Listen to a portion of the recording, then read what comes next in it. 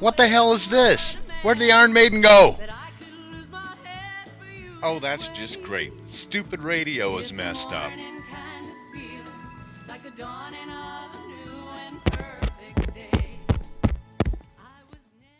Hey there, little fella.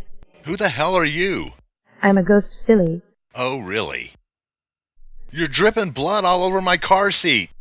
Oh, that is just ghost blood. It will go away when I do. Okay, fine. Go away. Sorry, I can't do that. I have to finish my song first.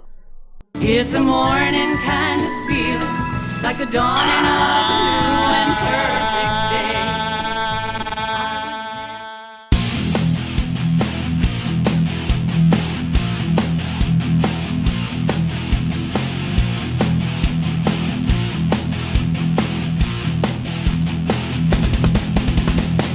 I've always been a fan of ghost stories. And I'm not necessarily talking about the real paranormal haunt kind of thing, just ghost stories, as in folklore. And I especially like it when you find these little gems, these ghost stories that have almost been forgotten. And the story of Sandee Saunders is one of those types of stories. Sandee, a long lanky redhead from Hatch, New Mexico, had a rustic good old girl image. And her personal history was the stuff that country legends are made of. Orphaned at an early age, she spent almost her entire adult life working at her grandparents' gas station and diner. Now one day, a friend of the family, a guy by the name of Pete Pickford, comes by. And he's an audio engineer who's also managing a lot of the local bands in New Mexico. And he hears Sandee sing and realizes, hey, this is my next big act. So he signs her and starts putting her in gigs across the state. The Warehouse, New Mexico, La Posta de Albuquerque, and Albuquerque, of course. But one of the things that happens is she matures very rapidly.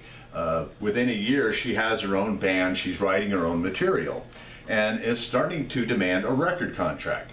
So Pete hooks her up with this other guy, dude by the name of Charles O'Brien.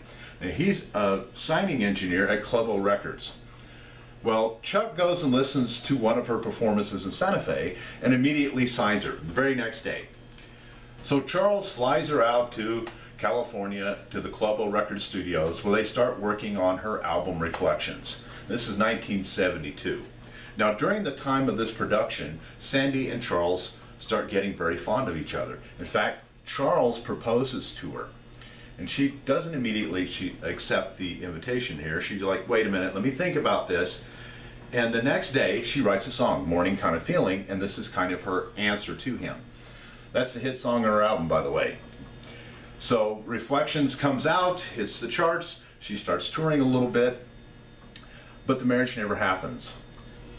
In the early morning of August 1st, 1972, Sandee was driving her 1965 Ford Galaxy 500 on I-25 back to Hatch after a performance in Santa Fe. Now just north of Hatch, there's an area where I-25 crosses the Rio Grande. Well, when she got to that spot, she fell asleep at the wheel and her car veered off the road and into the river. The actual collision caused her body to be flung to the opposite side of the bank. But when it hit the river, it hit with so much force, the windshield dislodged and decapitated her. They never found her head. It went into the river, probably floated downstream, eaten by fish, whatever. But it was this very gruesome death. Now, of course, her fiancé in California is really upset about this, but there's one person that's upset even more. Pete Pickford. Remember the engineer that discovered her? Well, it turns out he was madly in love with her the whole time. And one evening while he's driving from Hatch to TRC, he claims to have seen her apparition on the side of the road, beckoning him to slow the car down. On yet another instance, he claims he was crossing the bridge where she died, and her song Mornin Kind of Feelin came on the radio, and apparently it really freaked him out. Now what this guy did, this is how obsessed he was with her, he went and bought the gas station where she used to work, and he turned it into a museum about her. Inside he had things like her guitar, outfits she used to wear. He even purchased part of the actual death car and had that on display.